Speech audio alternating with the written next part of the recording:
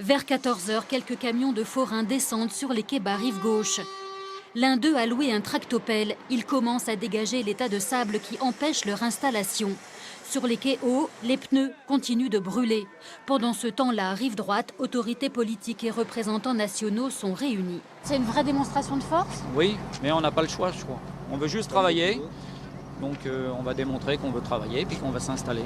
Plus ça va, c'est toute l'année. Dans toutes les villes de France qu'on veut nous déplacer. Donc celle-là, c'est la deuxième foire de France. Donc c'est peut-être un exemple. La démonstration de force se poursuit tout l'après-midi. Sur et sous le pont Jeanne d'Arc, 300 forains attendent l'issue de la réunion, s'équipant de masques à gaz contre les fumées et contre les éventuelles bombes lacrymogènes des CRS. À 16 heures, les discussions ont échoué. Ils n'ont pas de solution. Tout ce qu'on nous répond tout le temps, c'est qu'il faut aller au bassin Saint-Gervais à Wellington. C'est pas possible, c'est pas possible. Tout ce qu'on propose, c'est pas possible. Qu'est-ce que vous allez faire dans les heures qui viennent ? Vous avez entendu comme moi, on a laissé le choix à tout le monde prend ses responsabilités, tout le monde va s'installer. S'installer sur les quais bas rive gauche ? On n'a pas le choix, il n'y a pas d'autre endroit. Depuis 5 heures ce matin, les esprits ont eu le temps de s'échauffer. Une vieille caravane est poussée dans les flammes. Vous n'avez pas peur de la montée de la violence ? Non, pas du tout. Moi, je me battrai en premier pour ma profession. Moi aussi, pareil. De la Seine, la gendarmerie nationale a surveillé les événements. Certains forains pensent que l'affrontement avec les forces de l'ordre est inévitable. Et Marcel Campion, référence dans la profession, et ce soir notre invité. Bonsoir Monsieur Campion. Bonsoir. Merci d'être avec nous. Alors une première réaction à cette journée volcanique, on va dire, est-ce que c'était la bonne méthode ? Alors, je ne sais pas si c'est la bonne méthode, mais c'est une méthode. Vous savez, quand il y a des mouvements comme ça, il y a toujours un peu de débordement, on n'y peut rien. Et la colère fait déborder les choses. Ça m'embête un peu vis-à-vis des Rouennais, ce qui se passe, mais malgré tout, la désinvolture des élus dans cette histoire est totalement unique. J'ai encore jamais rencontré ça. On parle de concertation, il n'y a aucune concertation, il y a un diktat. Et où aura lieu la foire cette année alors ? Alors écoutez, pour l'instant, je ne sais pas où elle aura lieu. Mais je sais que les forains sont déterminés à rester sur Rouen et puis à essayer de trouver une solution. Mais il est évident, et j'ai participé cet après-midi à une discussion avec la municipalité, mais ce n'est même pas des discussions, ce sont des gens qui ne veulent pas entendre et qui finalement ont fait passer un message à la population qui est totalement erroné. Ils ont fait passer le message, attention, on veut bouger la foire pour la sécurité. Donc 35 ans sur un site, la 36e année, c'est l'insécurité. Je crois que là-dessus, ils ont pas mal fait leur boulot.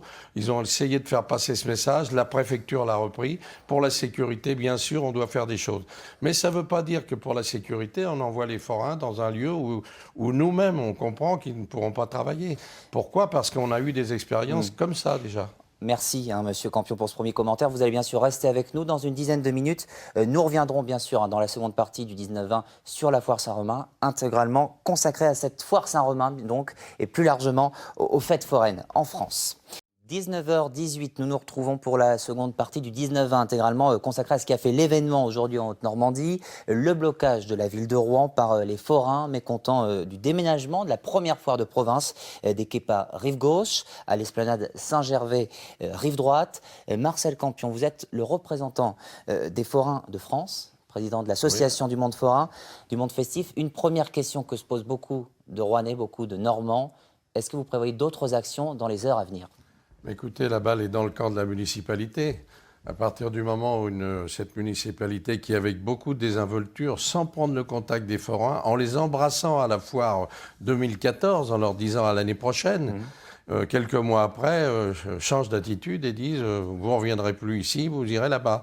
Et quand les forains ont su où on les envoyait, c'est déjà un lieu qui avait été discuté il y a quelques années par l'ancienne maire, qui avait compris le dialogue des forains et qui avait dit, bon écoutez, on vous laissera là, on fera les travaux nécessaires. Ça n'a jamais été fait. Et le nouveau maire, avec le président de l'agglomération, ont une désinvolture, à mon avis, que j'ai jamais vue encore en France. C'est qu'ils ont décidé, unilatéralement, on va dire, allez vous mettre là-bas et vous serez bien. Seulement, ce n'est pas des forains. Ils ne savent pas comment les forains... Vous aviez souhaité un deal justement avec eux. Vous aviez dit OK pour l'esplanade Saint-Gervais en 2015, mais si ça ne marche pas, on retourne sur les quais rive gauche. C'est-à-dire, pour essayer de débloquer la situation et la peur des forains d'aller sur ce nouveau site, parce que s'ils ont peur, ce n'est pas pour rien. C'est parce qu'ils font une profession et ils savent que quand des foires ont été déplacées, elles se sont terminées progressivement et elles sont disparues. Donc ils le savent. Donc pour essayer de débloquer la situation, j'avais proposé au maire que les forains, je ferai la suggestion au maire qu'ils aillent sur ce nouveau lieu une année et que la mairie s'engage à les faire revenir sur leur lieu si des fois ça ne marchait pas. La municipalité n'a même pas entendu ce que j'avais à dire. La municipalité n'arrête pas de dire « vous êtes là, on vous enlève, c'est pour la sécurité ». Ce lieu, on le voit, on va en reparler, hein, bien sûr, c'est l'esplanade Saint-Gervais, la presqu'île Waddington. Mais je vais vous proposer qu'on regarde un reportage dans une autre région, puisque ce malaise forain il était manifeste aujourd'hui dans plusieurs grandes villes du pays, à Amiens par exemple, où tôt ce matin, les automobilistes ont eu plus de mal à circuler qu'à l'ordinaire. Des forains venus de toute la Picardie ont manifesté en soutien de leurs collègues rouennais. Le déplacement de la foire Saint-Romain a mis le feu aux poudres et mobilisé toute la profession. Jean-Paul Delance, Gérard Payen. Dès les lueurs de l'aube, c'est une attraction inattendue qui a surpris les Amiénois. Une cinquantaine de forains ont investi le centre-ville au volant de leur camion. Une façon de manifester leur solidarité en faveur de leurs collègues de Rouen, en colère depuis le transfert par la mairie du champ de foire de la Saint-Romain. Une situation de fait que ces artisans voudraient voir modifiée par une loi. Un maire ne pourra plus prendre une décision comme ça arbitraire, nous dire non, on ne veut plus de forains. Il y aura une étude qui sera faite au préavant, avec une réunion de conseil, avec les syndicats forains, pour voir ce qui se passe, pour pouvoir modeler, pour qu'on puisse adapter. Voilà. Pour ces commerçants, l'implantation hors des centres-villes entraîne une forte diminution de leurs revenus. Un constat qui s'ajoute à la suppression de nombreuses petites fêtes de village, faute de budget. On est 25 000 entreprises, environ 200-250 000 personnes qui dépendent des fêtes foraines et on nous enlève notre gain-pain. Donc les bases restent les mêmes. Au niveau taxes, impositions, tout ça, rien ne change bien sûr. Par contre, on nous divise le gain-pain dans des proportions qu'on ne peut plus supporter. Une délégation a été reçue par le chef de cabinet de la préfète de région. Même s'ils estiment avoir été entendus, le mot d'ordre reste la mobilisation. On a trop perdu, on a laissé trop de choses aller. Maintenant, s'il faut aller à Rouen et loger et rester sur les quais de Rouen, installer des tentes ou quoi que ce soit, on fera comme tout le monde, des caravanes, on restera à Rouen. Dernier tour de manège avant de lever le camp, les forains ont bloqué pendant plus de 20 minutes la place de la gare. Quelle image vous donnez ce soir du monde forain? On l'a vu, l'opinion publique plutôt derrière vous, avec cet appel au boycott, plus de 10 000 personnes sur Facebook concernant la ville de Rouen. Vous savez, les appels au boycott, moi je pense que c'est pas mal organisé, parce qu'on nous apprend ça cet après-midi, il faut quand même le faire. Donc le lobbying, on sait ce que ça veut dire. Donc ça ne veut pas dire, moi j'ai fait des actions dans certaines villes de France, et la population qui était sur le coup un petit peu dérangée, nous a toujours soutenus après. Bon, il faut savoir les que villes là... qui ont eu des foires excentrées, elles en souffrent aujourd'hui? Ah ben, les villes qui ont eu des foires excentrées... non, Toulouse, par exemple, Saint-Germain-en-Laye. Il y a quelques villes qui ont mis la foire dehors, et c'est des foires qui sont devenues des petites fêtes foraines qui ne ressemblent plus à rien. Donc des belles foires qu'il y avait en France, par quelques élus, sont disparues. Il faut savoir que la profession, c'est 35 000 entreprises qui génèrent 200 000 emplois. C'est la même entreprise que Air France au niveau des emplois. Il n'y a aucun soutien. Les forains ne demandent pas de subvention, ils demandent qu'à vivre. Et à vivre dans les villes, c'est leur tradition. Ils ne sont pas là pour faire la guerre, les forains. Ils sont là pour faire la fête. Mais quand on voit la désinvolture de ces élus à Rouen, la manière dont ils se sont comportés, vous irez là-bas et puis c'est tout. C'est comme s'ils nous présentaient un cimetière et ils nous disaient, voilà, vous allez au cimetière. Je reviens à Rouen. Est-ce qu'il n'y a pas aussi une crainte de certains forains de partager, disons, l'esplanade à plus qu'avant? Parce que chacun avait ses places. Est-ce qu'il y a ces problématiques aussi? Le monde forain est solidaire, le monde forain travaille. Il est évident, quand il y a une belle foire, vous avez des demandeurs pour avoir des emplacements supplémentaires. Et c'est un peu le jeu qu'a fait la ville l'année dernière. Ils ont redonné quelques emplacements supplémentaires à des forains et après ils ont dit aux pompiers, faites un rapport avant comme de quoi se quitter, il n'y a pas la sécurité. Un mot, qu'est-ce qui va se passer demain?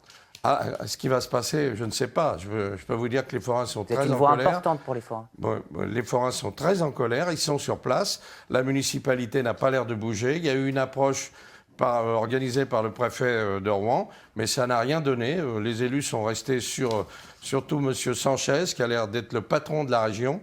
C'est lui, il dit non à toutes les suggestions. Et je pense qu'une suggestion à trouver, même si les quais ne sont pas admissibles cette année, eh bien, c'est de trouver une suggestion pour mettre la foire quelque part. Dans Rouen, il y a des possibilités. Nous, on connaît les fêtes, on connaît les foires, on dit que c'est possible. On peut trouver, on a évoqué des suggestions. Il y a les quais en face, il y a d'autres... Le parc Expo à Rouen, c'est une solution? Comment? Le parc Expo? Non, le parc Expo, c'est loin de la ville aussi. Le problème, c'est que quand vous excentrez une foire, une fête foraine de la ville, elle est morte.